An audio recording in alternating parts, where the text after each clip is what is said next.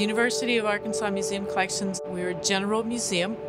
We have collections in anthropology, which includes archaeology and ethnology, history, zoology, and geology, which includes rocks, minerals, and fossils. So we are mostly a research institution and a lending institution.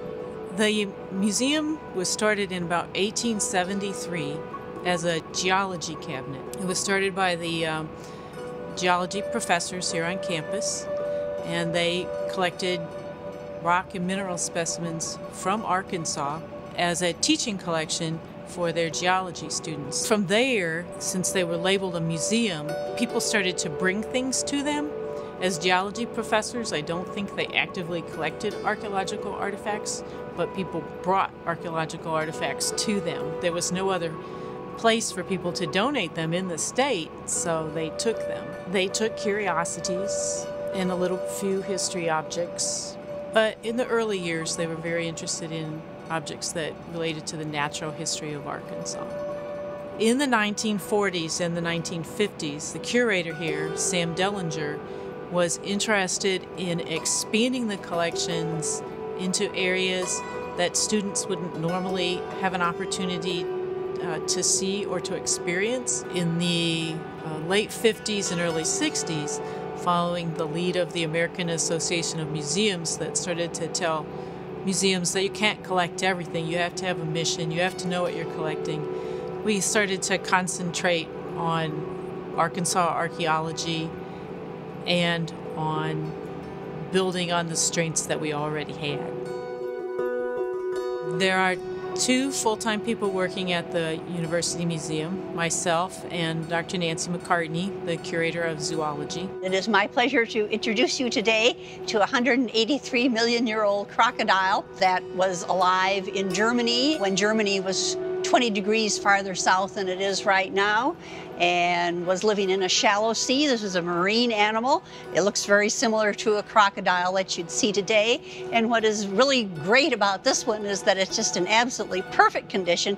You can see all the little hemal arches. You can see the bones in the hands and the feet. So it's just a perfect example of what a vertebrate animal is. So that's why we often start tours for people that come through here to see the zoology collection by looking at this animal to remind us what vertebrate animals are.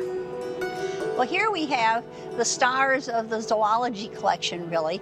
These birds are totally extinct today, and yet if you were here in 1850, these were the most common bird in North America. This is the passenger pigeon. There were something like 3 to 5 billion birds alive at one time. They were just amazingly common. They're wonderful stories. Now, it's interesting that there are people that are talking about taking the band-tailed pigeon, which is the Western version of this, and going back to museum mounts and getting the DNA and sort of reconstructing the passenger pigeon, which may or may not be a very good idea, but it's another example of how museum collections can be used in ways that nobody would have thought when these pigeons were collected probably in the early 1900s.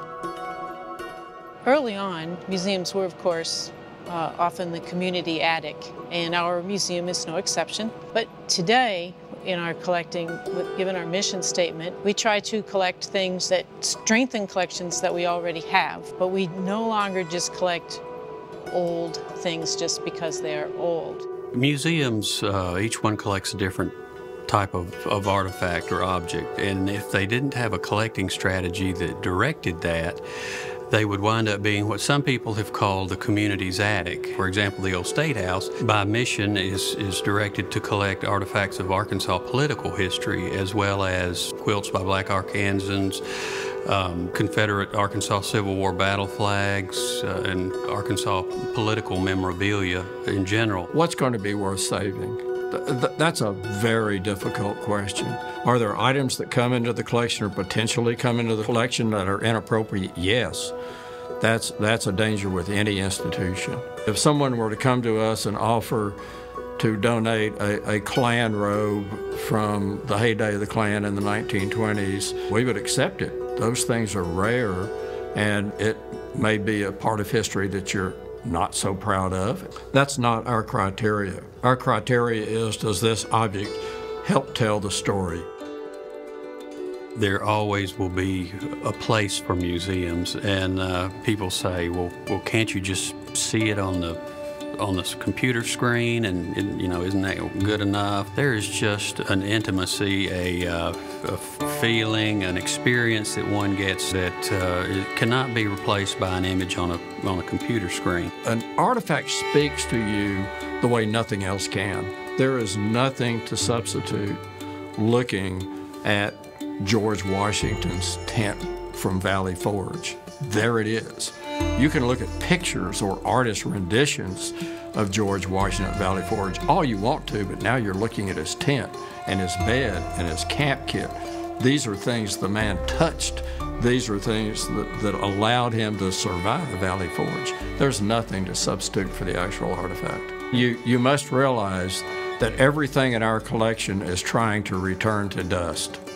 And all we can do is try to delay it, because eventually it will return to dust. And it's a mind-numbing thing, because you know that you're only really delaying the effects of time.